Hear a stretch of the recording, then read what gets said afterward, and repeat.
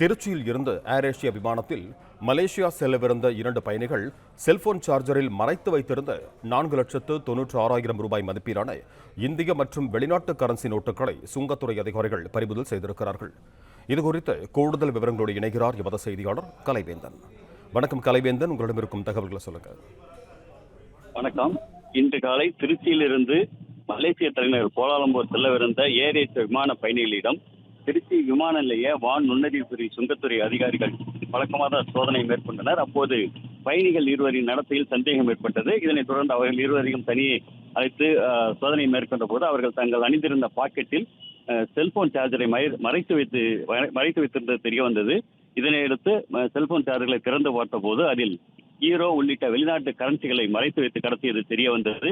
இதனையடுத்து பணத்தை பறிமுதல் செய்த அதிகாரிகள் அவரிடம் தீவிர விசாரணை மேற்கொண்டு வருகின்றனர்.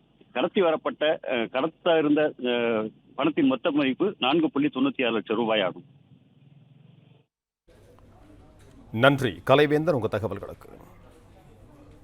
பிளே ஸ்டோர் மற்றும் ஆப் ஸ்டோரில் இருந்து பாலிமர் செயலியை QR கோடு மூலம் பதிவிறக்கம் செய்யுங்கள். செய்திகளை உடனுக்குடன் பெறுங்கள்.